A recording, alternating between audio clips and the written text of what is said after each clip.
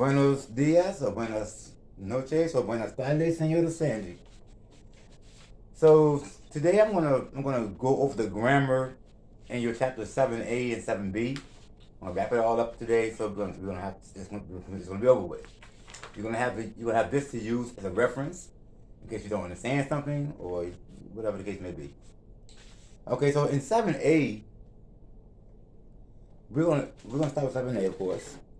You know, in 7a, the first thing we're gonna talk about is gonna be the letter Z.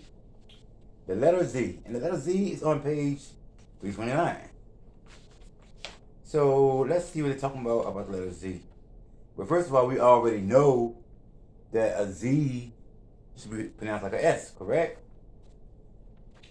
All right. So there's no Z sound in Spanish. We shouldn't be saying Z anything. It should be pronounced like an S. On page 329, it tells us, under the pronunciation, it says, in most Spanish-speaking countries, the letter Z sound like the S and C.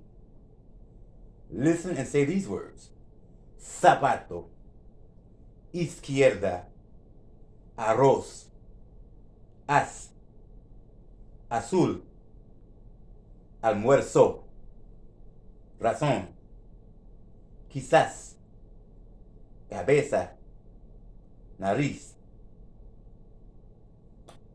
Now, in many parts of Spain, however, the letter Z is pronounced like the TH in think. And yes, it is. And it sounds messed up to me. It doesn't sound good to me. I don't like that. I don't want to say zapato, azul. Oh, it just doesn't sound right. But just know that, because you will hear that sometimes, and you can know automatically that a person is from Spain. All right. So remember, the letter Z should be pronounced like the letter S on our part. Well, in the notes on page 329, look at the top of page 329, you're going to see vocabulary. It says, me queda and te queda. Me quedan, te quedan. So, from that note, I want to explain something to you. This is conjugated just like the verb gustar. Remember, me gusta and te gusta. Me gustan, te gustan. If I like one thing, it's me gusta. If I like more than one thing, it's me gustan. But it's the same thing here. Me queda and me quedan. The first thing I need to know is that the verb quedarse is reflexive, a reflexive verb. When you see se on the end of it, it's a reflexive verb, and we'll talk about that one day. But this means it fits me well. Either it fits me well, or they fit me well. So if I'm buying a shirt at the mall, la camisa, it's one shirt. And I want to say it fits me well. Me queda bien la camisa. The shirt fits you well. Me queda bien. I say me queda because there's only one shirt. But let's say I bought like 3 or 4 shirts. Las camisas. Then I will go down to say me quedan bien. This means I'm good. They fit me well. Las camisas. So note, one item fits you well, it'll be me queda. More than one item fits you well, it'll be me quedan. So of course, I don't have to go through the te queda and te quedan. I could ask you a question, Miss Sandy, or to any friend of mine. ¿Te queda bien la camisa? The shirt fits you well? Or ¿te quedan bien las camisas? Because now I'm making plural. Do they fit you well? Okay? So that's another one of those verbs that's conjugated pretty much in the third person. All right. Move right along. 7b also talked about I'm sorry, 7a also talked about demonstrative adjectives. Demonstrative adjectives, that's the last piece of grammar in 7a also. Demonstrative adjectives. my eraser. Demonstrative adjectives.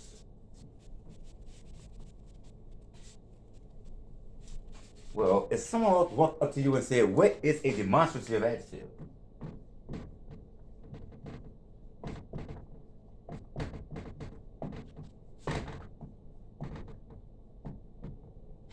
What is a demonstrative adjective? And for your reference, Ms. Sandy, you'll find this on page 332. So your demonstrative adjectives are simply the words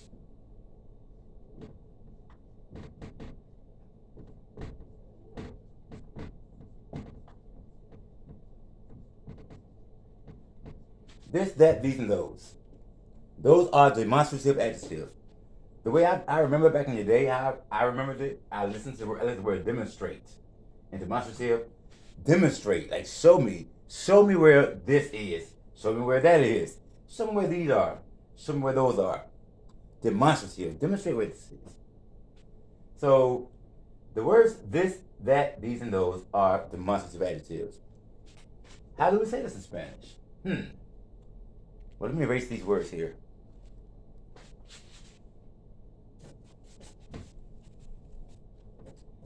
As you will see on page 332, Miss Sandy, you're going to see the word este. Excuse me, este. Esta. Estes. I'm sorry. Ese. Esa. So what does this mean? Este means this. Esta means this. Ese means that. And esa means that.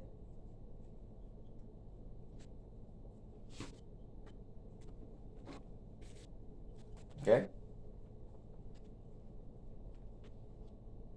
So, on page 332, I'm trying to go too far ahead of the book. On page 332, so let me look at, I look at the book and see exactly how far to go. On page 332, Miss Sandy,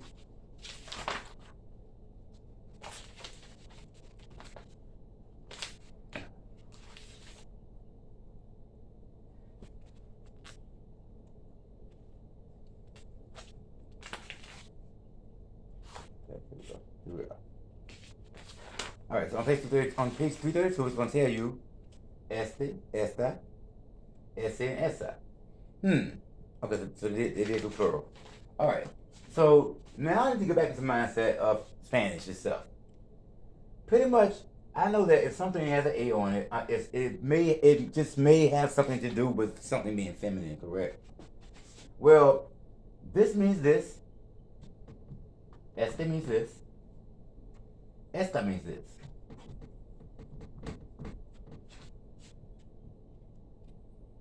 Ese means that. Esa means that. Well, how can you have all these words meaning the same thing? So once again, well, I know that if this shirt is dirty, esta camisa es sucia. Because camisa is feminine, I would choose the coordinating word, esta. This shirt is dirty. So let's say if this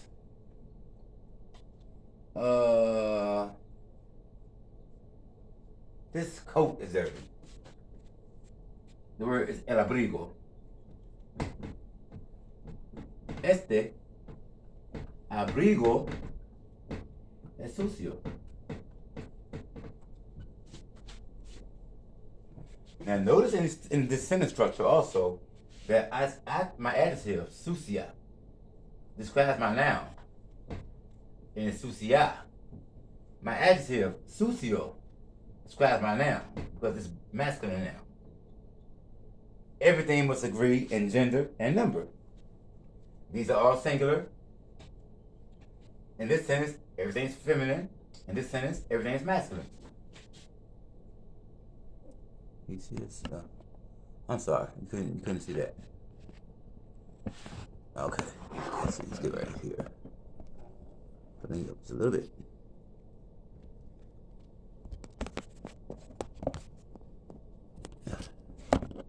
Okay, there we go. So once again, esta camisa es sucia. But este abrigo es sucio. See, your adjectives can change from O to A. It can fluctuate. It's the noun that can't fluctuate. Okay? Your noun is going to stay whatever. It's going to let you know where everything is supposed to be. This word for shirt is feminine. So any adjective describing a shirt should be feminine. Okay? Now, esta and este means this. Well, what if I wanted to say that shirt? Let's see. What if I want to say that shirt? Well, that shirt is dirty. These mean that? So, esa camisa es sucia. Because this is feminine. But what about the coat? What if it was dirty? Then I would say ese, that coat. Ese abrigo es sucio. Okay? Ese abrigo es sucio. So, what I just found out today is that este is masculine and este is masculine. But this este means this, este means that. Esta is feminine, esa is feminine. This means this, and that means that, feminine. These are all singular. They're all singular.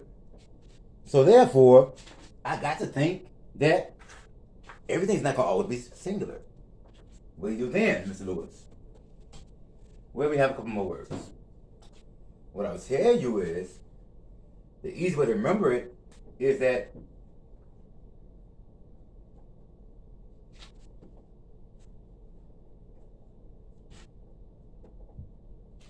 okay, it's on 332.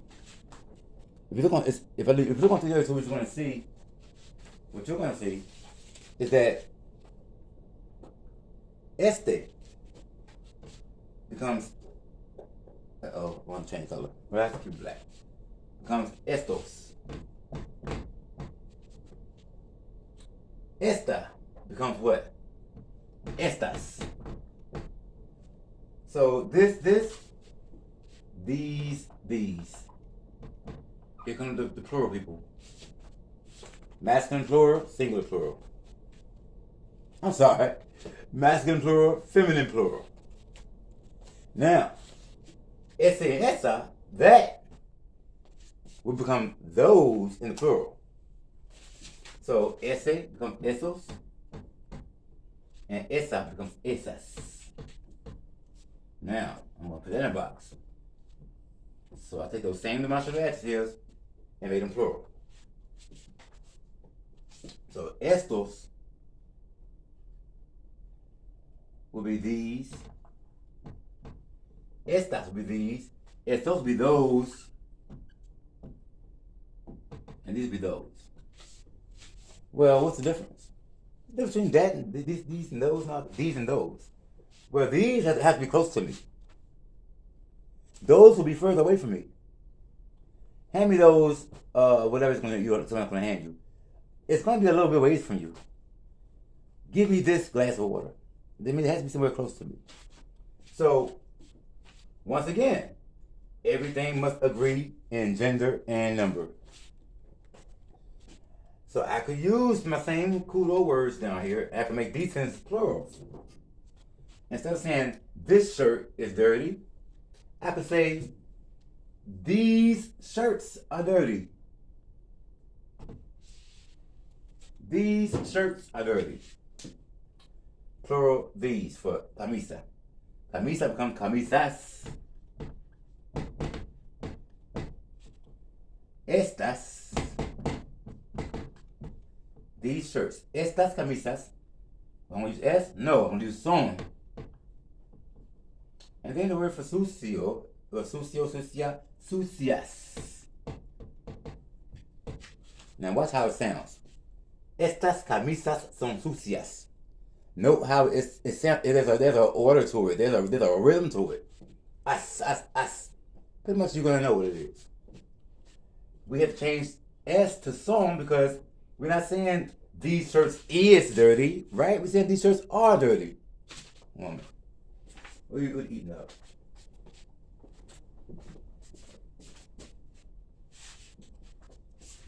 Okay, these shirts are dirty.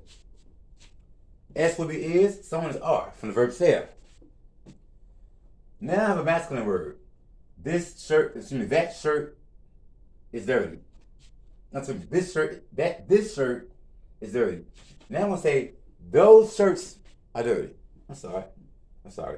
I'm gonna say these jackets are dirty. Because all I did was change. I gave you a feminine noun and a masculine noun. We're still saying these. If it's a masculine noun, then I should be using estos. Estos. This will change to abrigos. S is going to change to son. Sucio will become sucios because I'm describing more than one masculine noun. So now I have estas camisas son sucias. But if the item was masculine, estos abrigos son sucios. Sucias, sucios. Everything has an S on it. That's your theses. But if you use some of those, all I'm gonna do here is change one word. These shirts are dirty. Those shirts are dirty. I want to just go ahead and take the estas off and put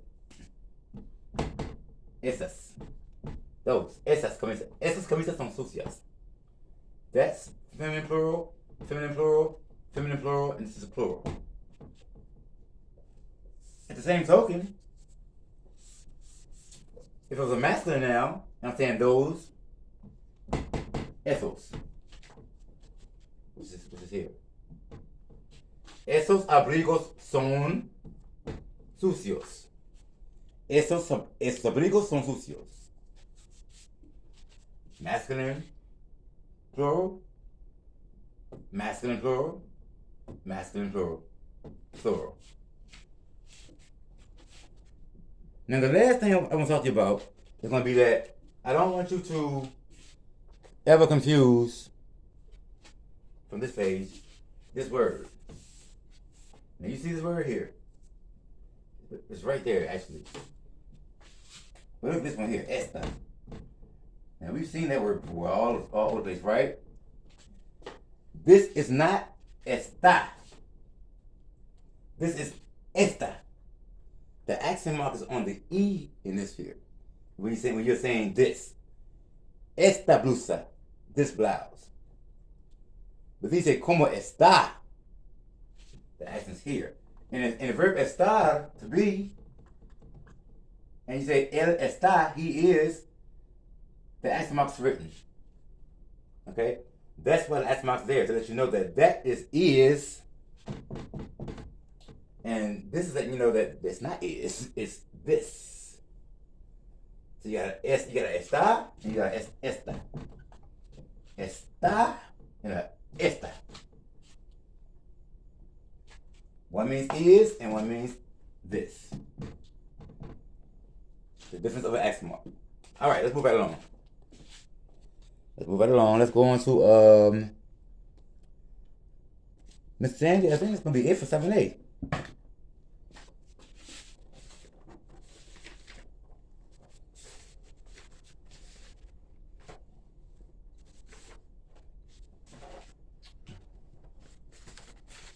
Okay.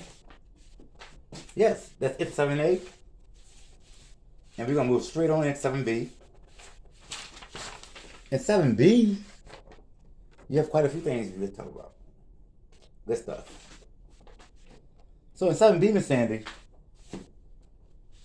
I'm gonna erase this. I know I can, but you have this on. You have this on tape now. You don't have to. You don't have to. I don't have to be worried about erasing it. And you don't get it. So in 7B, they're gonna go to page 351 and they're gonna talk about something. On page 351, you're gonna find para decir más, and that means to say more. They gave you two words there. I want you to make sure you put in your vocabulary. The words entre and enfrente de. Okay. Entre and enfrente de. Entre means between. Enfrente de means across from, in front of, or across from. I want to make sure you add this, get that in vocabulary. Those are important words. All right. Then in chapter 7B, it also goes to talk about nouns that end in eria, the suffix eria, on page 353. You will find this with Sandi on page 353, 353. 353 tenemos the suffix eria. So we know what a suffix is. It's in English. It's those certain letters that we put at the end of a word, like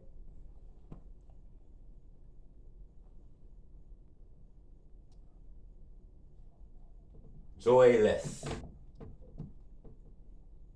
paperless. Well, these letter combinations saying less is a suffix. You put it onto the end of a word, and it means less than something. It means fewer. It means it's a decrease in number. Okay, and we know that by the less. Okay, so this is what eria is. Eria is also a suffix.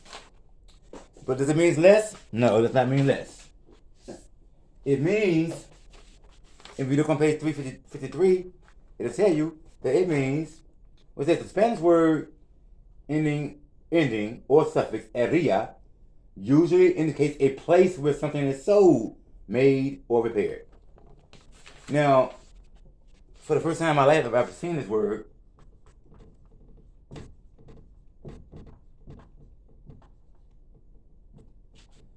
the watch of Syria.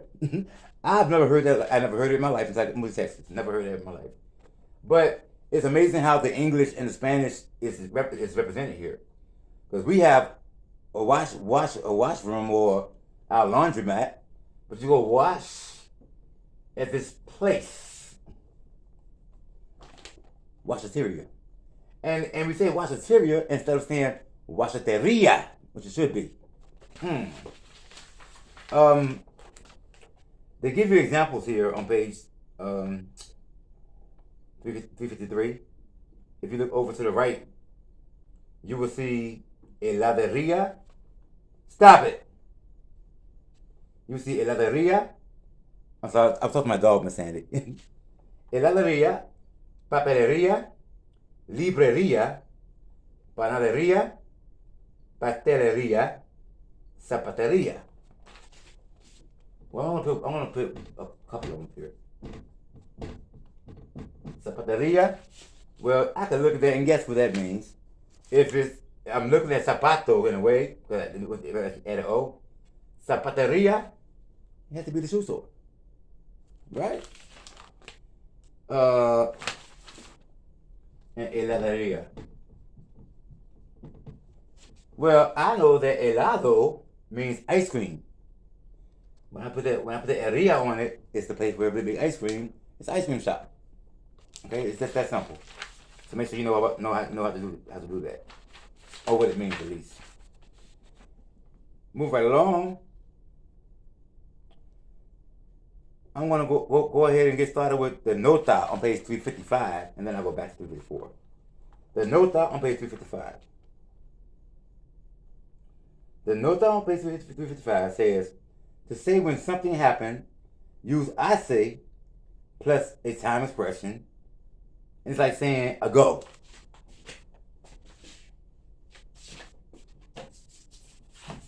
It is exactly what it's saying, ago. 2 years ago,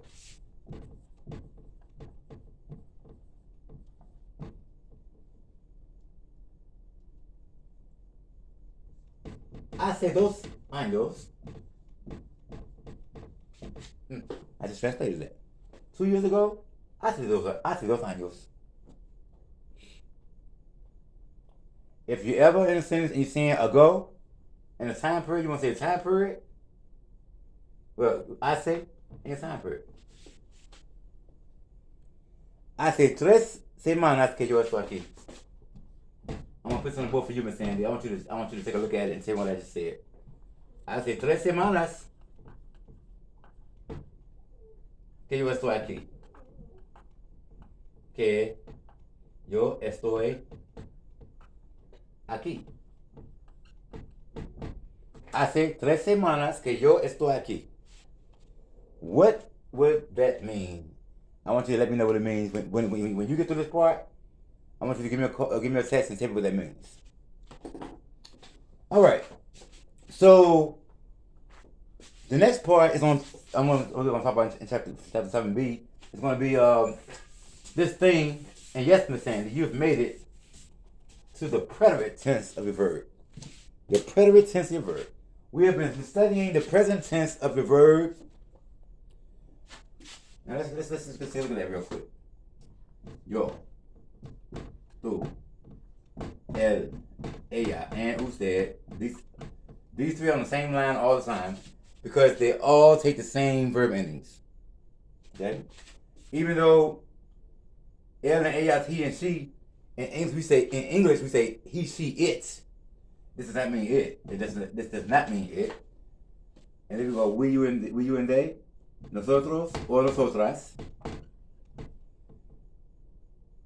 And we put ellos, ellas, and ustedes on the same line because they are the verb will take the same ending. What I just did was I just set myself up to conjugate a verb. Because when you conjugate a verb, first of all, I want to think of my subject pronouns. My subject pronouns. And I know that in English, they are I, you, he, she, it, we, you, and they. Spanish, yo, tú, él, ella, usted, nosotros, ellos, ellas, ustedes. Once I know how to just spit these out like that, in that order, then I can begin to conjugate the verb. So conjugate means what? Break down the verb into its subjects. Conjugate means to break down your verb into its subjects. All right? So let's say if I had the verb to go. That's your infinitive. In English, your infinitive will have the word to in front of it. But in Spanish, it'll have an AR, ER, or IR attached to it.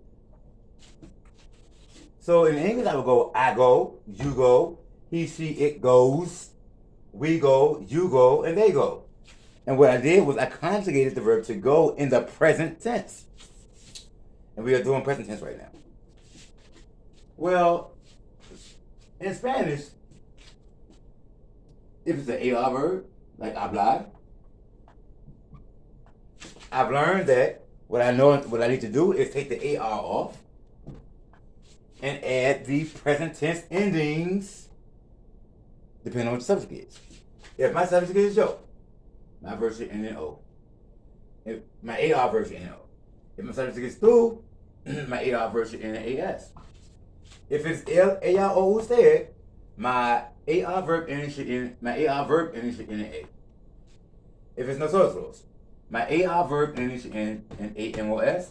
And if it's ellos, ellas, or ustedes, my AR verb should end in AN.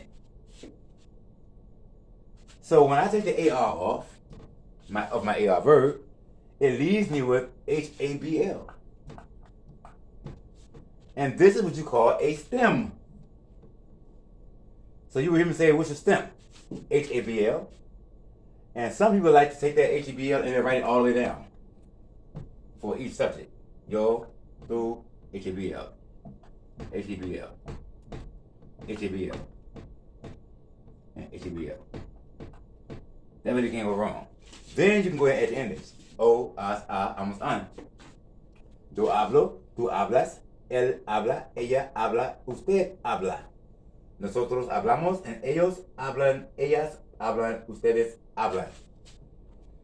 I just conjugated the verb hablar, which means to speak. So if I see the word hablar in a sentence with the AR on it, I should start saying to speak because of the AR on it. But then I got I speak, you speak, he speaks, she speaks, we speak, and they speak. Okay? So these are AR endings. Well, I know that Spanish has AR verbs, ER verbs, and IR verbs.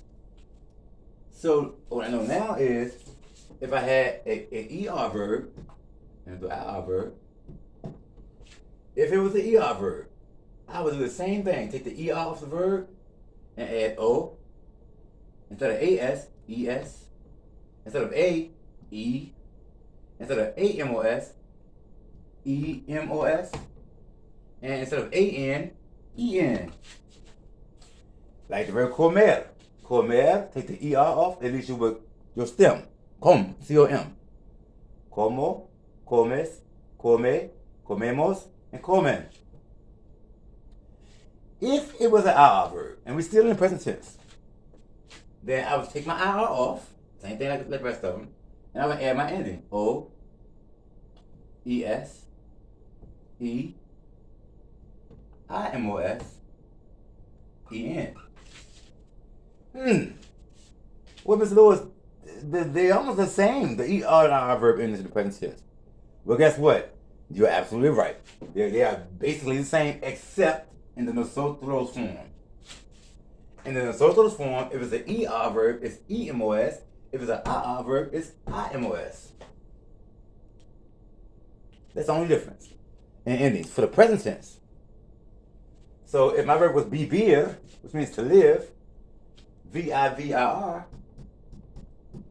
and I took my IR off and leave my stem, VIV, then I have vivo, vives, vive, vivimos, and viven. That's how you conjugate AR verbs, ER verbs, and IR verbs in the present tense. But guess what? That's not in chapter 8. I mean chapter 7. What we in? 7b. That was a review. Because in 7b, we start talking about this thing called the preterite. And you may hear that in the conversation class, and they just say the word, like, what is that? What a preterite. Preterite. The preterite tense is your past tense verb. This is your simple past tense. Well, what does simple past tense mean? Well, we have other past tenses. We have your imperfect tense. We have your preterite tense. So this is basically it normally comes in one word, and it normally and the majority of them in an ed. Walked, talked. But so you also have spoken, and written. So you do have irregulars in English. They don't all in an ed, but the majority in the ed. But usually one word, and it's a simple past tense. It's not complex at all. Okay. English is easy. I walked, you walked, he walked, you walked again, and they walked. Everybody walked with an ed on it. Well, it's not quite that simple in Spanish. So in chapter 7b, they talk about the preterite tense of AR verbs. That's all they're talking about, AR verbs. So that's a good thing. Right now, all you got to worry about is AR verbs. How do I put the AR verbs in the past tense?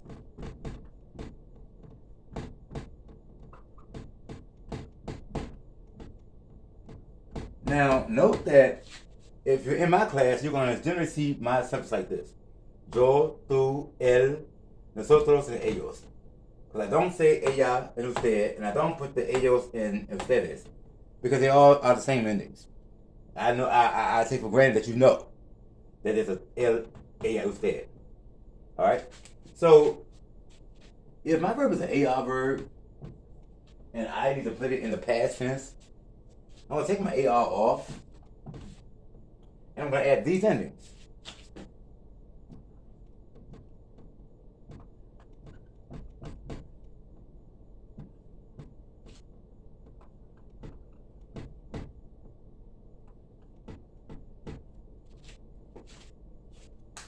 It's gonna be E with accent mark, hasta, O with accent mark, amos, and aron. Well, all these letters, well, how in the world? Well, guess what? You're just gonna have to learn them. And you're gonna have to learn them if you plan on speaking Spanish. So, I'll take my AR off and add these in. If that's the case, then we stick with hablar, the famous hablar. And let's say I want to say I spoke. And Mr. Lewis, you said take the AR off, and I leave my stem. Got that part. And I'm saying I spoke. I know I Joe.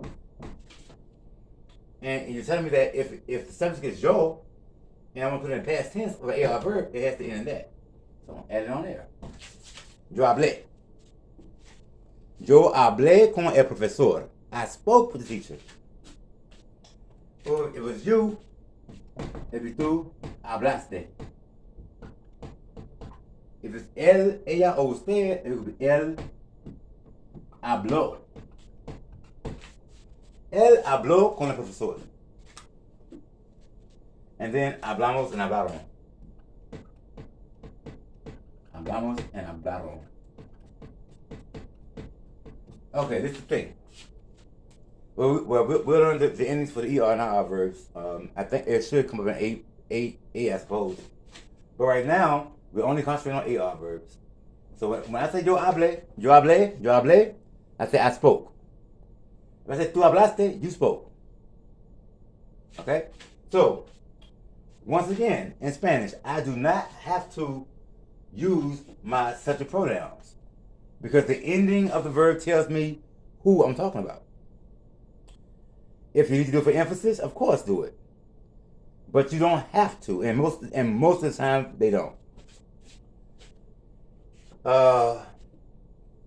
Be careful because there's an accent on this E, which means that that's where I raise my voice. Yo hablé.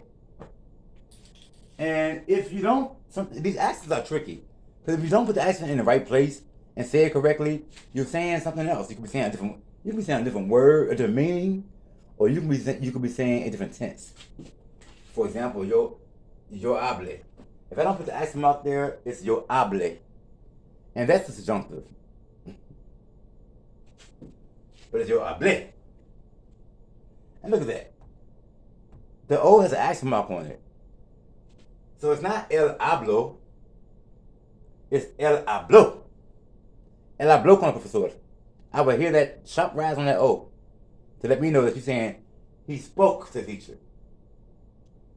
There's a difference, and listen to me, there's a difference between yo hablo and el habló. Yo hablo, el habló. There's a difference. So the accent mark makes a difference. I'm sure you're going to ask about hablamos. Well, isn't it the exact same way that they do that the present tense had? Well, yes, it is. So your nosotros form of a regular AR verb will look just like the nosotros form of a regular AR verb in the present tense. So hablamos could mean we speak, or it could mean we spoke. How these are the difference? Well, I would say that it's always in context. In context, you will know if we're talking in the past or the present, okay? And that's the only words you gotta worry about like that. All right? Okay. Now let me go to the book real quick and make sure I didn't miss anything that they talked about as far as the predicate. Where is it? Okay. I said that was on page 354, I believe.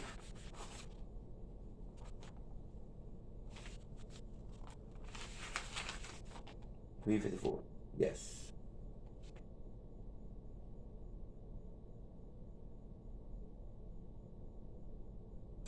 Okay, so I didn't miss anything. Okay, good. All right, move right along. Request. Okay, no. Recuerdas on 256. This must be something there I want you to take a look at and put it in your mind. On page 356, and recuerdas, it says, oh, that's what's going on here. That's what's going on. Okay, so let me keep on going. All right, so we're not quite through with the preterite yet. They have on page 356 now. The preterite starts on 355. They have on 356 add-on. The preterite of verbs ending in CAR and GAR. Verbs that end in CAR and GAR have a spelling change in the yo form of the preterite. Very, very, very important. So let's first of all, I'm gonna take your attention to the request that's what I was telling you about. Look to the right in that box. It shows because you're like, what's a CAR, GAR verb? What you talking about? Well, look at those verbs there. They all are CAR and GAR verbs. They end in CAR and GAR.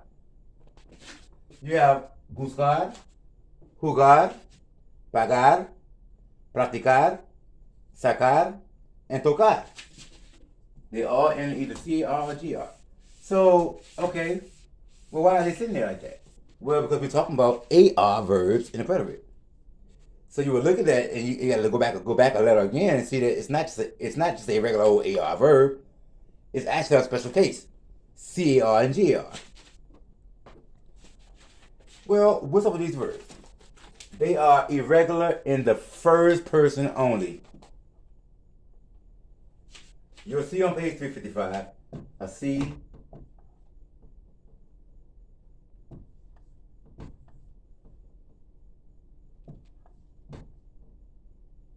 Okay. This is just them change. For your CAR verbs, your C changes to QU. And for your GAR verbs, that G changes to GU. In the first person preterite. Let's take a look at that. Let's take a look at that real quick. What did that mean? That sounded crazy. Well, if I had the verb buscar, which initially I would look at it as an AR verb, but it's a special case AR verb. It's a CAR verb. I know something about that. The CAR verbs, they don't follow that same format. They are irregular in the first person. These are C to QU verbs in the preterite first person. Buscar means to look for. So if I want to say I look for, and I keep saying the first person, well, what's the first person? Yo. The second person is too. L and A is the third person. These are all singular. Nosotros is the first person, but it's plural. And ellas is the third person, plural. Ustedes will be your second person, plural. So, if I want to say I looked for in the past, yesterday I looked for my wallet all day. Yo busqué with a QU. I took my C and changed to a QU and added the ending. That would go for AR verbs for yo. Yo busqué. Okay, I looked for. So what will happen with two? It goes right back to it's C again. Buscaste. And to add the right ending. And so does it go all the way down. So I gotta remember a CAR verb, and you don't have to sit there and study too hard. You can get used to seeing it. You don't know. But I do know that it's not gonna be like this. BUSCE with an accent mark. That's what would have happened if I followed the regular rules and take my AR off and added my O. I'm gonna add my accent E. And then that would become yo puse. Yo puse. That don't sound Spanish. We want to maintain the integrity of the sound of the verb. So buscar, yo busqué. In order to do that, I had to take the C out of there and make it a QU to make it say busqué. Now I have a problem with the C making that cuss sound with the rest of these things, with the rest of these. But a C followed by E is going to make a soft sound. And we need a hard C sound. So why do they make these spelling changes? To maintain the integrity of the sound of the verb. We don't want the verb to sound so different than the infinitive that we don't know where it came from. Okay, so buscaste, buscó, buscamos, and buscaron, so everything's fine. And just a quick example of a GAR verb. I've been making but 2 steps, and every 2 steps I make, I keep losing the eraser. There it is. All right. So the same thing goes for a GAR verb. Well, we know one like jugar. It's an AR verb, but it's also a GAR verb, special class. And I saw that a G becomes GU in the first person preterite. So instead of just taking my AR off and adding an O, which would give me yo Hugo. Well, I mean, I don't know what the problem is, but I'm sorry.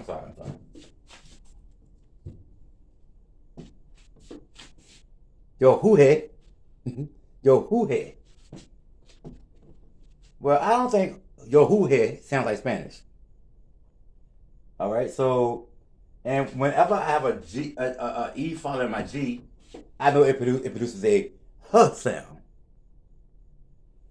Therefore, we're gonna add a U in here to make it right. Yo jugué. Yo jugué. And then it goes back to tú jugaste. And note that U is gone now, and it's back to the regular endings. That's why they say it's only irregular in the first person, which is your yo form. Okay? All right. And you can go back and look at that on page 356. Oh, Miss Sandi, we're almost done. So now, we're going to look at the pronunciation of some of these letters on page 357. And I thought it was important to bring up because you're good at pronouncing your words. So, in pronunciation, on page 357, you're going to see some letter combinations. Oh, if I can get 357.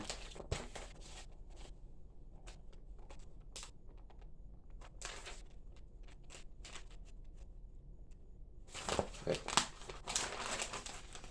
So, there are some letter combinations that they want to bring up at this moment. Now, on my eraser again, here it is. Alright, so take the preterite off. We're not talking about the preterite anymore. Right now. We're going to do some pronunciation. We're talking about the letters GUE, the letters GUI, the letters QUE, and QUI. Well, I think at the beginning when we went through the alphabets, I always tell you that if you learn your alphabet, your vowel sounds, you can pronounce any word. Well, there's one exception to the rule. When you talk about your diphthongs, when you have, and we have them in English too, you have a letter combination that's said the same way no matter how you look at it. I know that if I look at QUE, and if I pronounced it with just the vowel sounds, it'd be cue in Spanish, cue. And we've never seen that word pronounced like that. That word is what? K. If you have a UE, a UI, they make one sound.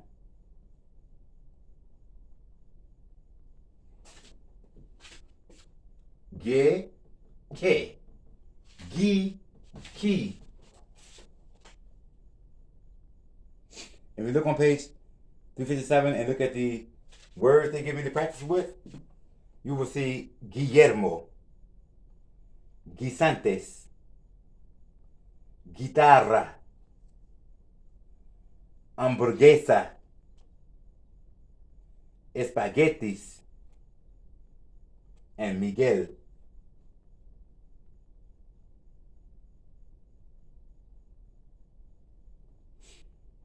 And then you can read forward and go further down. You see a few more words. Queso, que hacer, 15, 500, quieres, quisiera, riquísimo, and querer. Whenever you see these combinations, G-U-E or Q-U-E, it's gay and que. G-U-I and Q-U-I. It's gi and ki. That's how you pronounce those. That combination is one word, it makes one sound. Okay, one sound. Alright, moving right along. Your last, that's what we talking about. Your last thing was your direct object pronouns on page 366. Okay. Your direct object pronouns. So I need to know that there are direct object pronouns and indirect object pronouns. So we already had subject pronouns, which were yo, tú, él, ella, usted, and we use all that to conjugate the verbs. Now we're talking about something totally different. It's not having many no verbs. Direct object pronouns and indirect object pronouns. So, well, what is this? First of all, I need to know that a pronoun replaces a noun. It renames a noun. So I need to know that up top. A pronoun renames a noun. So if a subject pronoun is placed there, it must be replacing the subject. Okay? A subject pronoun, its function is to serve as the subject of a sentence. If the direct object pronoun, its function will be to serve as the direct object of a sentence after it replaces that noun. For example, I speak Spanish.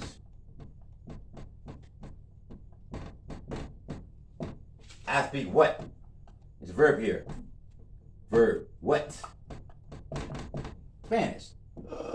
Direct object. So they just told me that your direct object answers the question what or who after the verb. It answers the question what or who after the verb. I know her. I know her. Her is a direct object. Okay? But Spanish is a direct object. We're not learning direct objects. We're learning direct object pronouns. We just said that pronouns rename the noun. So if I'm talking about I speak Spanish, take that out of there. I want to rename that. So what pronoun would I use? Of course, it would be it. So in English, it is a direct object pronoun.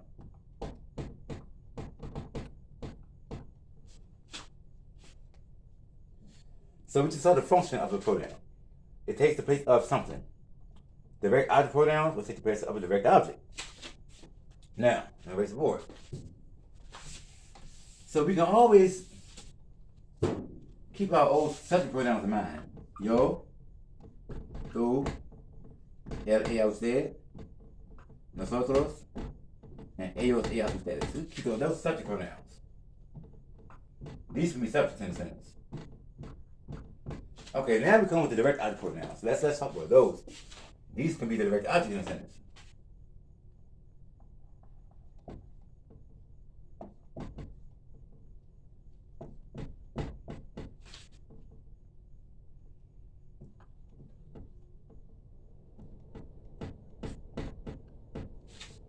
Me, te, lo, la, nos, los, and las. That's my list of direct object pronouns. So check this out. He speaks Spanish.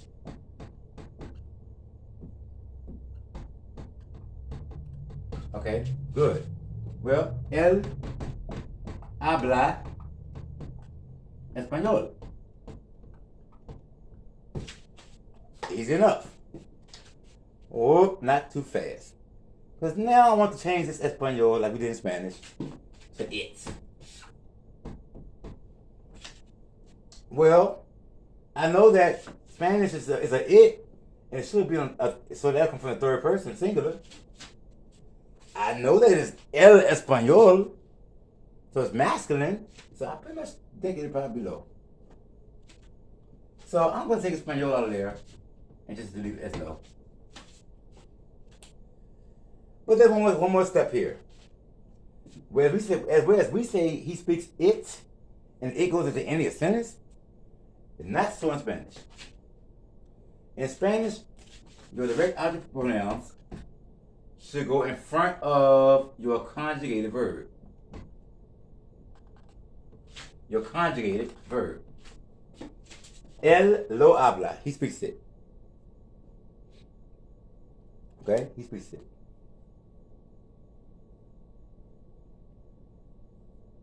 Él me habla. He is speaking to me.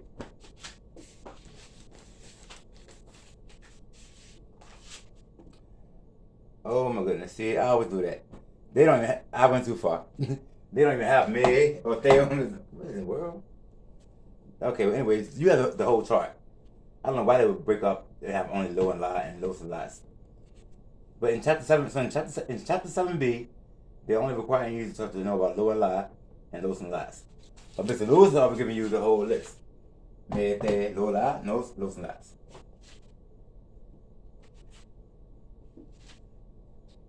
And it may be the end of us.